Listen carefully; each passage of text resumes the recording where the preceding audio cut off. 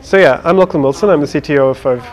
So adding eye tracking into a headset does certainly add a lot of complications to the design process. It's why primarily we are not going the route of making an attachment for other hardware at this stage, is being able to control the entire environment ourselves, making sure everything works right, is fundamentally important to having having a precise eye tracking solution.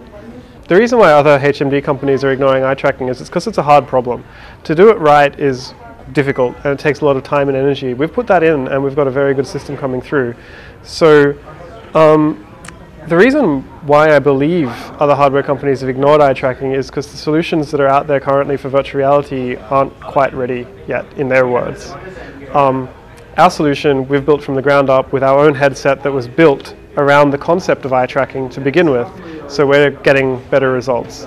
Eye tracking technology is not something that you'll just get by looking at it in a video, so we've been going around to a lot of virtual reality events and actually showcasing our technology. It's been tested many thousands of times by many people. We've had massive queues wrapping around all of LA VR, for example.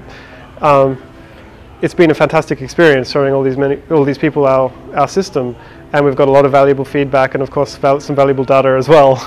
So it's been tested out there in the community and we're hoping to continue to test that, running events, while attending events.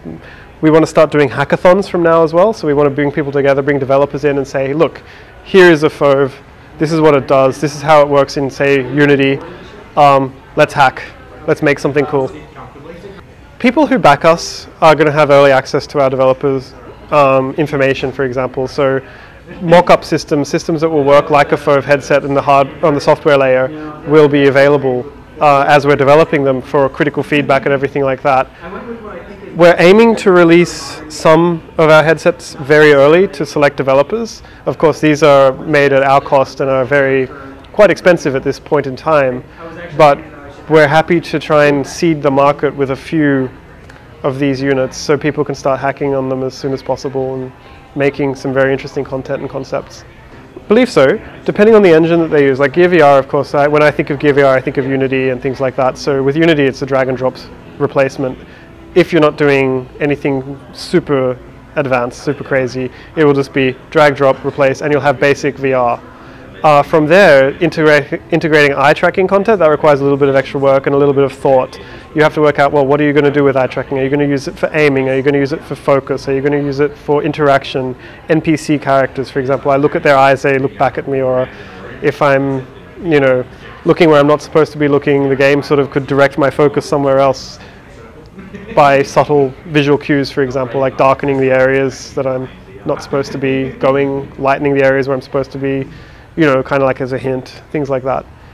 There are so many options with this technology. I wouldn't say a layer, yes, it could be a layer on top, but the eye tracking technology could also be a fundamental layer in the game if you wanted to make it as a fundamental part of your game. So just replacing, for example, aiming with eye tracking makes sense in a lot of cases. In some cases it doesn't make sense. So for example, if you have a game where you rely on head movement to aim, it would be very simple to decouple your aiming system from your head and move it onto the eyes. And if you've done that in a well-structured way, it will be a very quick operation. So bringing eye tracking into a pre-existing game might not be a straightforward process. For example, if you're dealing with a third-person game where it's not just like decoupling the aiming, you could control user interface elements, you could control a little bit of the camera. For example, I look over there and it kind of skews a little bit. You could make it a much more natural experience. And of course, we'll be providing as much support and feedback to make sure developers create solutions that aren't strange or jarring to the users, because it's critically important that people get a good experience of VR, regardless of the technology it uses. If it's just head tracking, then that has to be done absolutely right. Eye tracking is no exception.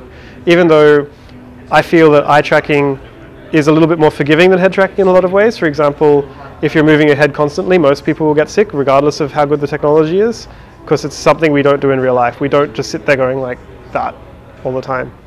But yes, like I said, so integrating the technology will be a two-way process. We'll see what people are doing, we'll provide feedback, we'll probably try and aim at having some standardized experience benchmarks, so if you meet these standards you're probably going to get a very good experience. Eye tracking and head tracking are both fundamentally important to VR, but also other elements like hand tracking are critically important. Like, as you see, HTC Vive, they've got wireless hand tracking solutions, which are excellent. And I've seen companies such as, well, 6sense have also got very good wireless hand tracking solutions, but they don't do things like joints of your fingers and stuff like that. So for like truly immersive solutions, the best I've seen so far is a company in China with a project called Perception Neuron.